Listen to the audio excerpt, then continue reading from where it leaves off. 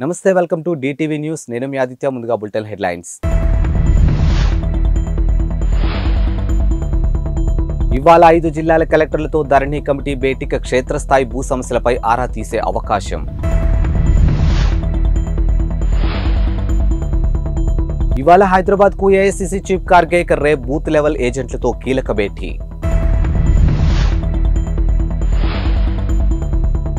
సికింద్రాబాద్ నుంచి అయోధ్యకు special trains అధికారికంగా ప్రకటించినటువంటి దక్షిణ మధ్య రైల్వే ధరణి పునర్నిర్మాణ కమిటీ ఇవాళ సచివాలయంలో 5 జిల్లాల కలెక్టర్లతో సమావేశం కాబోతుంది. రంగారెడ్డి, సిద్దిపేట, వరంగల్, ఖమ్మం, నిజామాబాద్ జిల్లా కలెక్టర్లు ఈ సమావేశానికి హాజరు కావాల్సిందిగా ఇప్పటికే వారికి సమాచారం పంపింది. అయితే ధరణి సమస్యలు, వాటి పరిష్కారానికి సలహాలు తహసీల్దార్లు, ఆర్టీఓలు దర్యాప్తు నివేదికలు ఇచ్చే సమయంలో ఎదురవుతున్నటువంటి ఇబ్బందులతో పాటు పోర్టల్లో ఆర్టీఓ, తహసీల్దార్లకు అదనంగా కల్పించాల్సినటువంటి వెసులుబాట్లు, న్యాయ సంబంధిత సమస్యలు చేయాల్సిన మార్పులు చేర్పులతో పాటు నిజామాబాద్ జిల్లాలో భూభారతి వివరాలు రావాలని రెవెన్యూ శాఖ ముఖ్య కార్యదర్శి నవీన్ మిట్టల్ కలెక్టర్లకు ఆదేశాలు జారీ చేశారు. ఇక కలెక్టర్ల నివేదికలను పరిశీలించిన అనంతరం ఎంపిక చేసినటువంటి ప్రాంతాలకు వెళ్లి భూ సమస్యలు అధ్యయనం చేయాలని ధరణి కమిటీ చూస్తుంది. లోక్సభ ఎన్నికల షెడ్యూల్ వచ్చేలోపే డిఎస్సి అనుబంధ నోటిఫికేషన్ జారీకి కసరత్తు జరుగుతుంది. ఈ క్రమంలో విద్యాశాఖలో పదవీ విరమణ చేయనున్న వారితో సహా పలు వివరాలు అధికారులు సేకరిస్తున్నారు. ఇక రాష్ట్రంలో ఈ ఏడాది మొత్తం 3,800 మంది ప్రభుత్వ ఉపాధ్యాయులు పదవీ విరమణ చేయనున్నారు. ఇక మార్చి నెలాఖరు నుంచి పదవి విరామలు ప్రారంభం కానున్నాయి. ఇక కొత్తగా ఉపాధ్యాయ నియామకాలు చేపట్టాల్సి ఉండడంతో పాఠశాల విద్యాశాఖ ఇప్పటికే ఆయా గణాంకాలను సేకరించింది. గత ఏడాది ఆగస్టులో 5,089 ఉద్యోగ ఖాళీల భర్తీకి విద్యాశాఖ నోటిఫికేషన్ జారీ చేసింది. ఇక ఖాళీల సంఖ్యను పెంచి మెగా డిఎస్సి చేపట్టాలని ప్రస్తుత ప్రభుత్వం నిర్ణయించింది. ఇక పాత నోటిఫికేషన్ కు మరో 5,000 ఖాళీలు కలిపి అనుబంధ నోటిఫికేషన్ ఇవ్వనుంది. ఇక లోక్సభ ఎన్నికల కూడా అమల్లోకి వచ్చేలోపే అనుబంధ నోటిఫికేషన్ జారీ చేయాలని భావిస్తూ ఉంది. సీఎం రేవంత్ రెడ్డి వద్ద మరోసారి చర్చించింది. ఇక తుది ఆమోదం పొందాల్సి ఉంది. ఇక తాము అంతా సిద్ధం చేసి ఉంచామని విద్యాశాఖ వర్గాలు చెబుతూ ఉన్నాయి. కేంద్రంలో 2024లో కాంగ్రెస్ పార్టీని అధికారంలోకి తీసుకురావడానికి మేనిఫెస్టో తయారు చేస్తున్నట్లు ఏఐసిసి మేనిఫెస్టో కమిటీ సభ్యుడు ప్రవీణ్ చక్రవర్తి వెల్లడించారు. ఇక రాష్ట్ర మేనిఫెస్టో కమిటీతో ఆయన సమావేశం అయ్యారు. ఇక రాష్ట్రంలో శాసనసభ ఎన్నికల సమయంలో వెల్లడించినటువంటి మేనిఫెస్టో అమలు జరుగుతున్న తీరు, ప్రజల నుంచి వస్తున్నటువంటి స్పందన, ఇతర అంశాలపై పార్టీ నేతలతో ఆయన చర్చించారు. ఏఐసిసి మేనిఫెస్టో కమిటీ చైర్మన్ కేంద్ర మాజీ మంత్రి చిదంబరం ఉన్నారని అన్నారు ఆయన. ఇక తాము ప్రతి రాష్ట్రానికి వెళ్లి విధానాలు, ప్రజల నుంచి సలహాలు, సూచనలు తీసుకుంటున్నట్లు చెప్పారు. ప్రజల నుంచి ప్రత్యేకంగా అభిప్రాయాలు, సలహాలు తీసుకుంటున్నామని వివరించారు. ఇక మైనారిటీ, ఓబీసీ, ట్రాన్స్జెండర్స్ అనేక వర్గాలతో సమావేశమయ్యాయని, ఆయా వర్గాల నుంచి కీలక అంశాలు పరిగణలోకి తీసుకుంటున్నట్లు ప్రవీణ్ చక్రవర్తి వివరించారు. ఇక ప్రజల అభిష్టం నెరవేరేలా మేనిఫెస్టో ఉంటుందని తెలిపారు.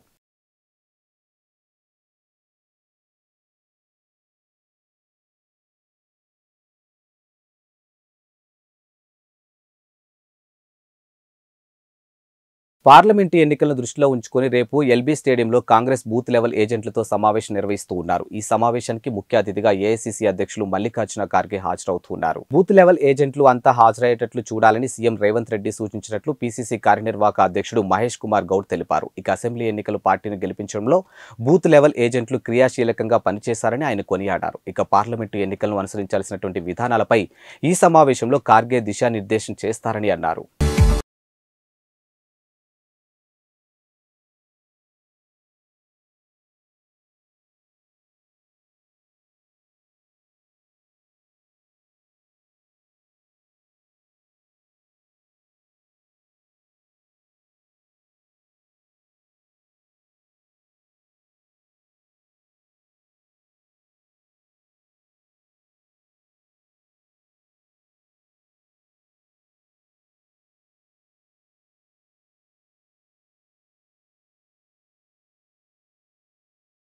AP CM YS Jaganmohan Reddy ఇవాళ తిరుపతికి వెళ్లనున్నారు. ఇక తాజ్ హోటల్లో జరిగే ఇండియా టుడే ఎడ్యుకేషన్ సమ్మిట్ లో ముఖ్యమంత్రి జగన్, మంత్రి బొత్స సత్యనారాయణ పాల్గొనున్నారు. రాష్ట్ర ప్రభుత్వ పాఠశాల అమలవుతున్నటువంటి సంస్కరణలపై ముఖ్యమంత్రి ప్రసంగించనున్నారు.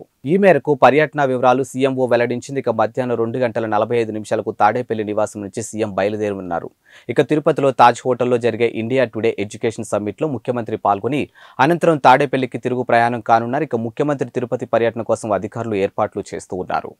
అంబేద్కర్ గారి విగ్రహం ఇది ఇనాగరేషన్ 19వ తారీఖున విజయవాడలో ఒక గొప్ప కార్యక్రమం జరుగుతా ఉంది. దాదాపుగా 404 కోట్ల రూపాయలు, దాదాపుగా 19 ఎకరాలలో 125 అడుగుల బాబాసాహెబ్ అంబేద్కర్ గారి విగ్రహం ఆవిష్కరణ జరుగుతూ ఉంది. సోషల్ జస్టిస్కు ఒక ప్రతిరూపంగా నిదర్శనంగా ఈ కార్యక్రమం జరుగుతూ ఉంది. ప్రతి అడుగులోనూ కూడా ఈ సోషల్ జస్టిస్కి సంబంధించిన సందేశం సచివాలయం స్థాయి నుంచి మొదలు పెడితే రాష్ట్ర స్థాయి దాకా కూడా ప్రతి అడుగులోనూ ఈ సందేశం, ఈ మెసేజింగ్ కరెక్ట్గా జరగాలి. గ్రామ స్వరాజ్యం అంటే ఏమిటి అనే దానికి ఒక అర్థం చెబుతూ, గ్రామ స్థాయిలోని పరిపాలన అనే దానికి మీనింగ్ అనేది ఏమిటి అని తెలియజేస్తూ, ఒక కరప్షన్ లేని వ్యవస్థ, ఒక వివక్షకు తావు లేని వ్యవస్థ ఏకంగా గ్రామ స్థాయిలో ఈరోజు మనం తేగలిగినాము అని అంటే నిజంగా ఒక గొప్ప మార్పు జరిగింది రాష్ట్రంలో. ఈ మార్పుకు ప్రతిరూపంగా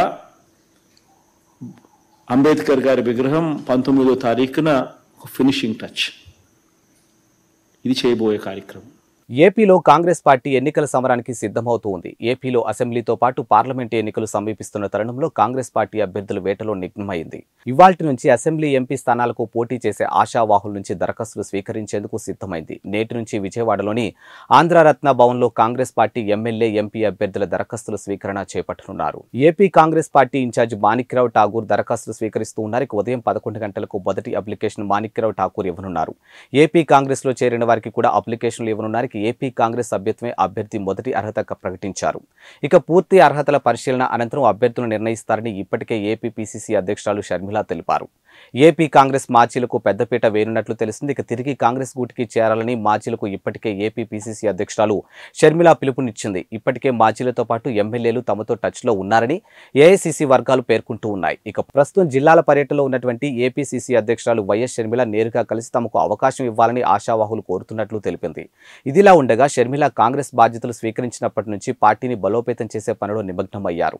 ఇందులో భాగంగానే ఆమె ఈ నెల 23 నుంచి 9 రోజుల పాటు రాష్ట్ర వ్యాప్తంగా అన్ని జిల్లాల్లో పర్యటిస్తూ ఉన్నారు. ఇచ్చాపురం నుంచి ఇడుపులపాయి వరకు ఈ పర్యటన కొనసాగుతూ ఉంది.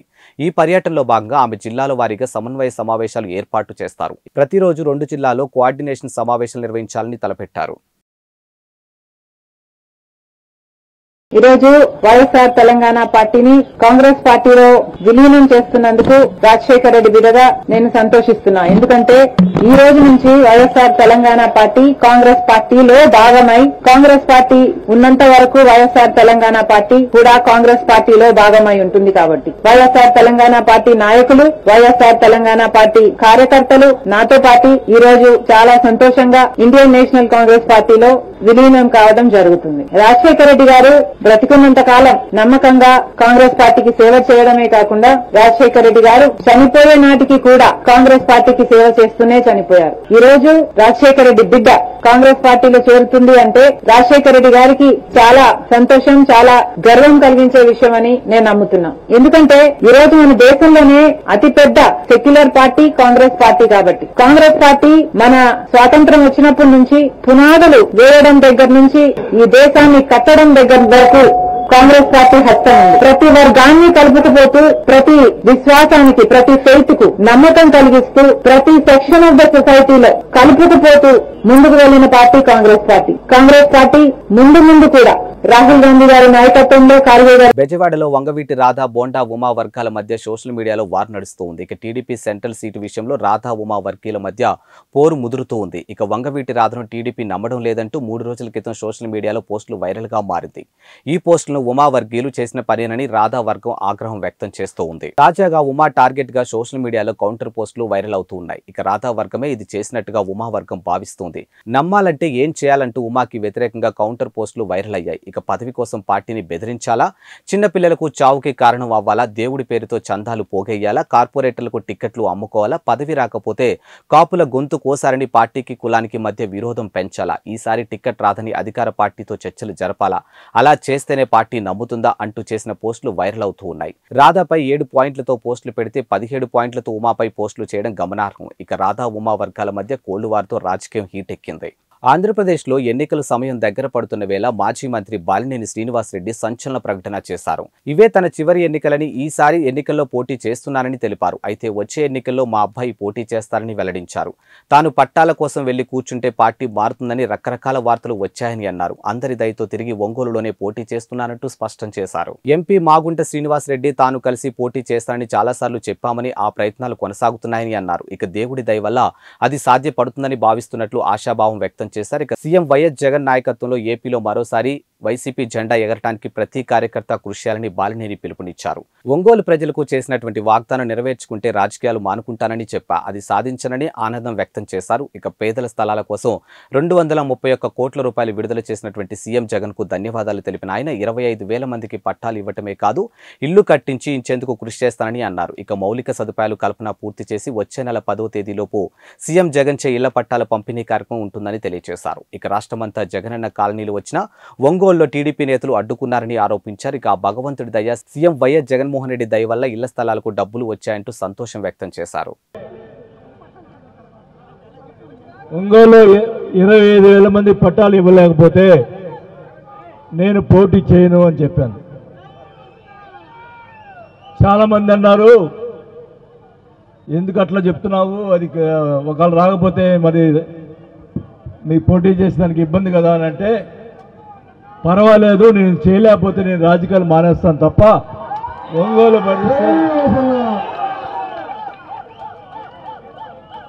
ఏ పరిస్థితిలో ఒంగోలు పట్టాలు ఇవ్వలేకపోతే ఇంకా మనం చేసిన దానికి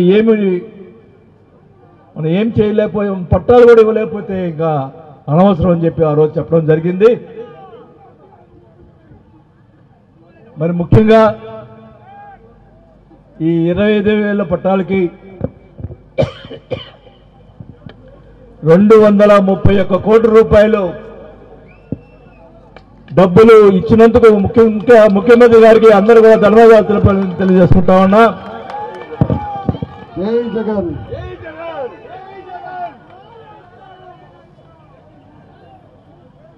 ప్రతి పేదవాళ్ళు, అక్క చెల్లెమ్మలకి నా ఒకటే కోరిక, ఇళ్ల పట్టాలు ఇవ్వటం కాదు, 25,000 మందికి ఇల్లు కట్టించే ఏర్పాటు చేస్తామని చెప్పి కూడా ఈ సభలో తెలియజేసుకుంటా.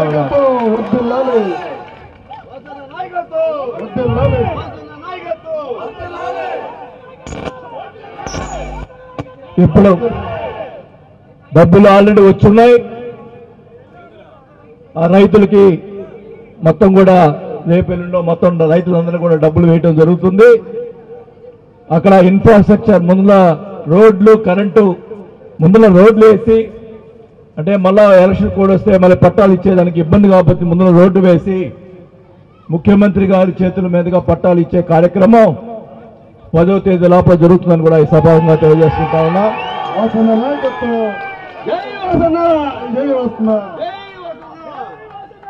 నేను ఒకటే చెప్తా ఉన్నా, ఒంగోలు పట్టణంలో ఇంకా ఎవరైనా ఇల్లు లేకుండా ఉన్న వాళ్ళు ఎవరుంటే కూడా, ఇల్లు లేని వాళ్ళు ఇంకా ఏమైనా మిస్ అయి ఉంటే వాళ్ళు అప్లై చేసుకోండి, నా దగ్గరికి వచ్చి చెప్పండి, మాకు ఇల్లు లేదంటే తప్పకుండా శాంక్షన్ చేసి ఏర్పాటు చేస్తామని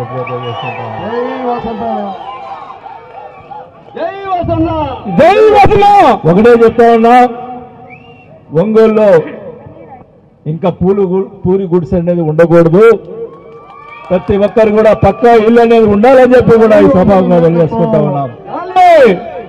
ఈ రాష్ట్రం అంతా కూడా జగనన్న కాలనీలు వెలిసినాయి, కానీ ఒంగోలులో మనం పట్టాలు ఇచ్చేదానికి, వాళ్ళు కొని ఇచ్చేదానికి ఎందుకని ప్రభుత్వం భూమి మరి దేశం మొత్తం ఎప్పుడెప్పుడా అని ఎదురు చూస్తున్నటువంటి అయోధ్య రామ మందిర ప్రారంభోత్సవం మహోత్తరం ఘట్టం పూర్తయింది. ఇక శ్రీరాముడి జన్మస్థలమైనటువంటి అయోధ్యలో బాలరాముని ప్రాణ ప్రతిష్ఠ అనంతరం స్వామివారి దర్శనానికి భక్తులు పోటెత్తారు. ఇక భక్తుల రద్దీని దృష్టిలో పెట్టుకుని హైదరాబాద్ నగరం నుంచి 17 ప్రత్యేక రైళ్లు నడపాలని భారతీయ రైల్వే నిర్ణయించింది. దక్షిణ మధ్య రైల్వే జనవరి 29 నుంచి ఫిబ్రవరి 29 వరకు మొత్తం 41 ట్రిప్పులు తిప్పుతుంది. ఇందులో సికింద్రాబాద్ నుంచి 17 ప్రత్యేక ట్రిప్పులు ఉన్నాయి. ఇక ఈ నెల 29, 31, ఫిబ్రవరి 2, 5, 7, 9 తేదీలో అయోధ్యకు స్పెషల్ ట్రిప్పులు ఉన్నాయి. అంతేకాక ఫిబ్రవరిలో 11, 13, 15, 17, 18, 19, 21, 23, 25, 27, 29 తేదీలో ఈ రైలు నడవనున్నాయి. ఇక ప్రతిరోజు సికింద్రాబాద్ నుంచి దానాపూర్కు ఎక్స్ప్రెస్ రైలు నడుస్తుంది. ఇక ఉదయం 9 గంటల 25 నిమిషాలకు బయలుదేరి ఈ రైలు టికెట్లు దొరకడం చాలా కష్టంగా మారింది.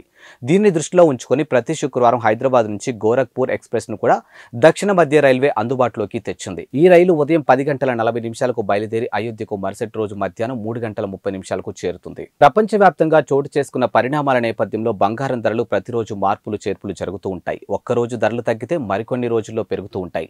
బంగారం కొనుగోలు చేసే వారికి నిన్న మొన్నటి వరకు ధరలు బెంబేలెత్తిస్తున్నప్పటికీ వరుసగా 3 రోజులు ధరలు స్థిరంగా ఉన్నాయి. బులియన్ మార్కెట్లో 22 క్యారెట్ల బంగారం రేటు 10 గ్రాములు 57,800 వద్ద ట్రేడింగ్ అవుతుంది. అలానే 24 క్యారెట్ల బంగారం తులానికి 63,050 వద్ద స్థిరంగా ఉంది. ఇక ఈ రోజు ఢిల్లీలోని 22 క్యారెట్ల గోల్డ్ రేటు తులానికి 57,950 ఉండగా 24 క్యారెట్ల మేలిమి బంగారం తులానికి 63,200 వద్ద స్థిరంగా కొనసాగుతోంది. హైదరాబాద్ బులియన్ మార్కెట్లో వరుసగా 3 రోజులుగా బంగారం ధరలు స్థిరంగా ఉన్నాయి. 22 క్యారెట్ల బంగారం రేటు 10 గ్రాములు 57,800 వద్ద ట్రేడింగ్ అవుతూ ఉండగా 24 క్యారెట్ల బంగారం 63,050కి కొనసాగుతుంది. ఇక వరంగల్, విజయవాడ, విశాఖపట్నంలో కూడా ఇవే ధరలు కొనసాగుతూ ఉన్నాయి. ఇక బులియన్ మార్కెట్లో బంగారం ధర నేడు స్వల్పంగా తగ్గింది. ఇక కిలో వెండిపై 500 తగ్గి 75,000కు కొనసాగుతుంది.